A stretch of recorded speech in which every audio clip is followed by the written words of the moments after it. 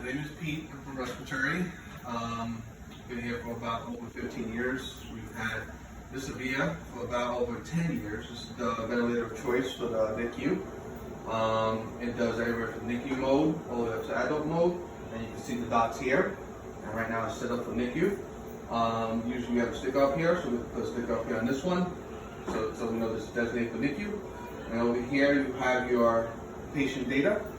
And over here you have what we're giving the patient. So this is what's set for the patient upon doctor's orders. And over here you have a respiratory rate. You have the inspiratory pressure, and you have the peak and inspiratory pressure, and then you have the FiO2. Now, when a doctor orders a pressure of 20 and they want 20 over 5, what they're saying in a nutshell is they want the 15 plus the 5, they want a total pressure of 20, and out of the 20, 5 of it they want expiratory. So this is inspiratory pressure of 15, expiratory pressure of 5 to make up the 20. And respiratory all those that, and then I know we're charting differently. But go by respiratory charting, and it'd be 20 over 5, that's what the order states, and that's what we're charting, and we'll emphasize that. You see that differently in the nurse's notes. And over here, we have what the patients give us back in return.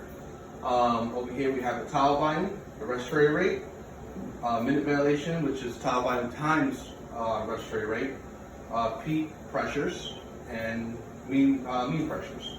Up here is what you have set for the patient. So this is assist control. Obviously, if the baby's breathing a little bit more, we put on something called SIMV. So when you do SIMV, all you're adding on the bottom is something called pressure support. Now, pressure support could range anywhere from 0 to 15. And what that means is it's just the baby's breathing a lot on their own. So 40 and 40, obviously the baby's not taking a breath right now, but if I pump it over here a little bit, you're gonna see the respiratory rate change. And then now the baby's breathing on their own. And basically, you just take that 50 and you subtract it from the 40, the baby's breathing 10 on their own. Over here on the green dot, if something should go wrong, such as a leak, you're gonna have circuit disconnect, and it's gonna turn red, and it's not gonna stop. It's gonna keep on alarming until you attend to it. So once you attend to it,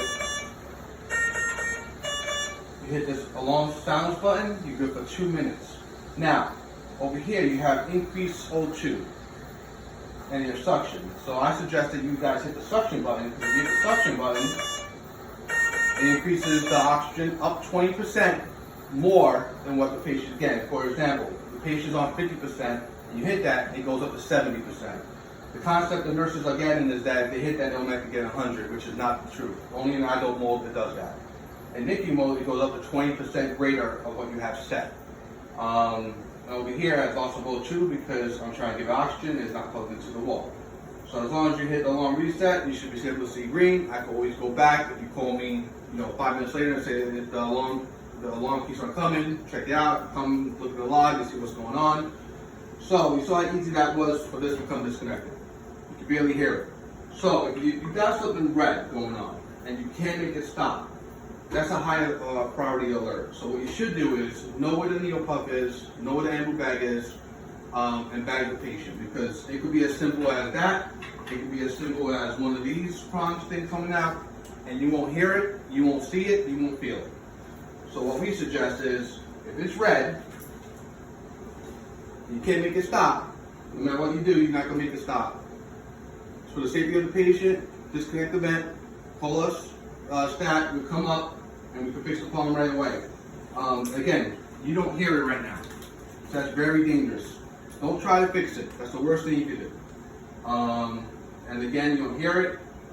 No matter what you do, you can't get rid of it. It's going to be beeping, alarming like crazy. So just bag the patient, call us, and as long as the patient's safe, that's our main concern.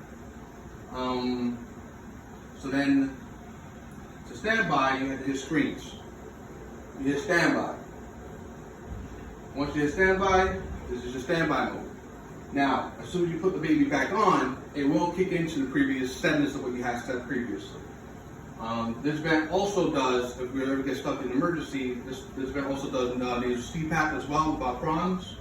And we have about 11 of these vents that could convert over to NICU, God forbid. And that's it.